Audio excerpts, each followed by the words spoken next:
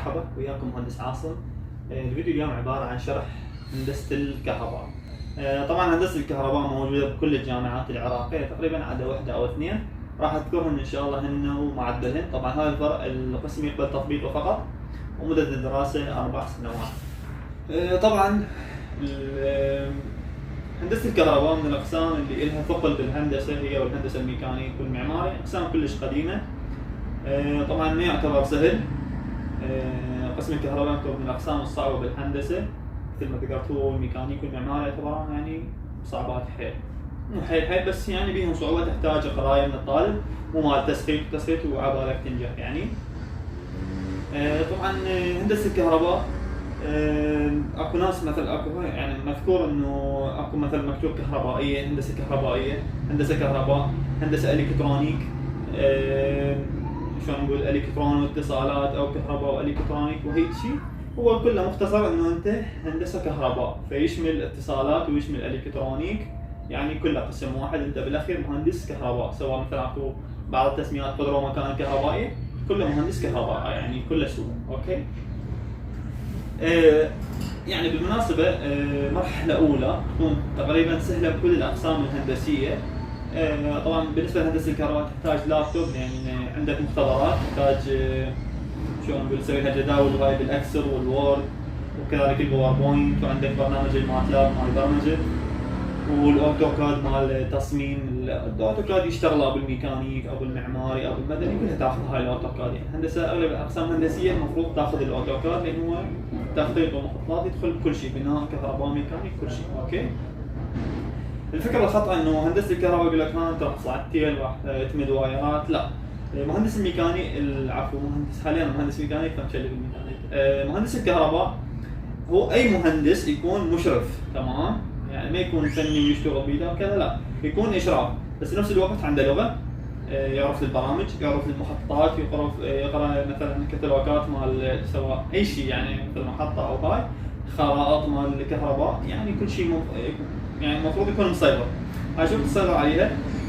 دراستك انه تنتبه وتجتهد وتقرا، وكذلك تطويرك اليوتيوب مثلا مال البرامج التي اخذها مهندس الكهرباء، تبحث على اليوتيوب راح تلقى هواي قنوات وناشرين كورسات مجانيه وكذا، وشويه تتعلم، بالاضافه الى انه كل سنه تقريبا راح تاخذ برنامج بالجامعه، تمام، كمختبر او شيء، بس تضبط برامجك يعني.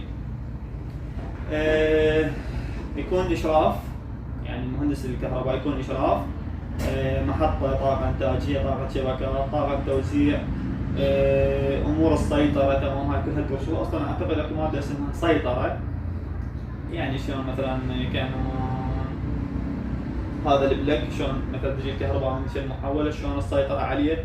ممكن يدخل ايضا حتى بالمصاعد، وهاي البوب شايفيها مثل تتقرب عليها راح الحساس يتحسس فيفتح لك الباب. هاي كل الامور يدخل بيها مهندس الكهرباء، وايضا مهندس السيطره والنظام ممكن بنفس الوقت. اوكي. نجي الى الافرع اللي موجوده، او مو الافرع، يعني بالجامعه التكنولوجيه اكو فرعين، اكو فرع كهرباء يسموه باور، وفرع الكترونيك. فرع الباور يعني كشغل يكون يعني خلينا نقرب فيهم كانما مدير عام او مدير عام المحطه وهيك شيء يعني.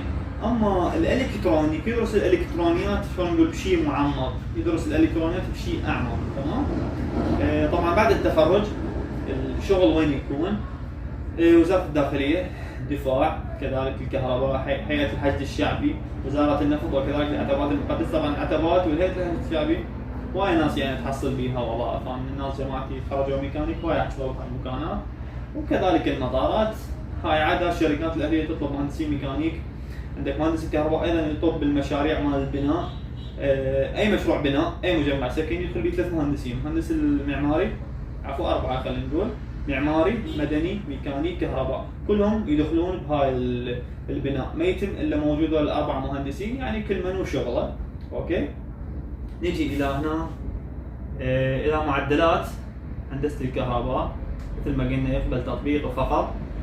جامعة بغداد 83.7، المستنصرية 78.1، الجامعة التكنولوجية، تمام. قلنا اما كهرباء اللي هو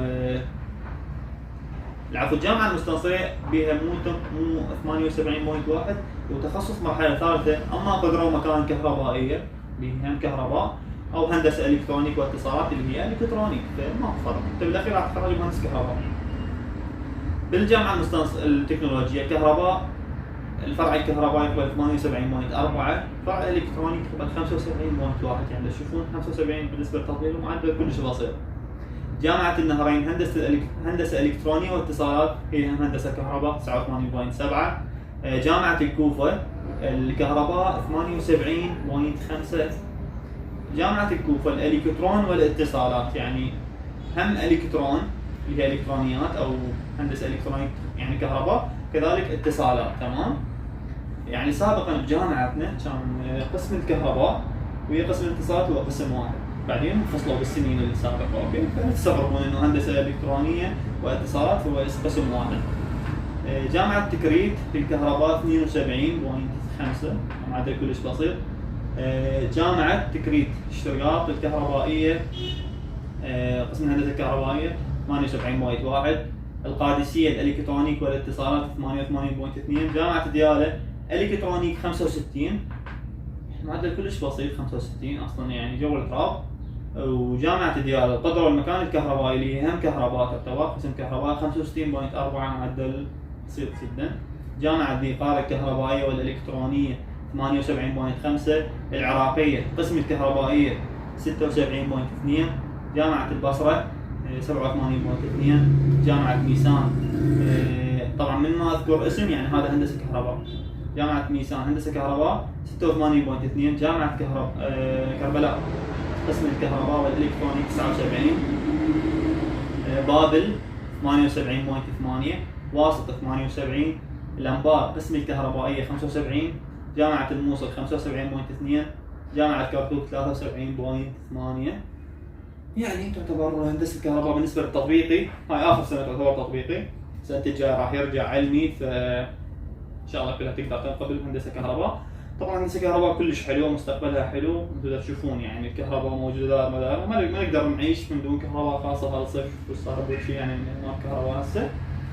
فإن شاء الله استفادتوا من الشرح. طبعا أي سؤال واللي ما سمع المعدلات من عندي خاف حكيتهن بسرعة، فكلهن عندي ملف كامل، بس مجرد يتواصل وياي على المعرفاتي انستغرام وتليجرام موجودة بالوصف وايضا اسفل الشاشة. يعني هو معرفي نفسه، معرف الانستغرام ومعرف التليجرام، مجرد راسلني يا عاصم دز لي المعادلات هندسة الكهرباء مباشرة اوجه لك الملف. اتمنى استفادتوا. شكرا للمشاهدة، في امان الله.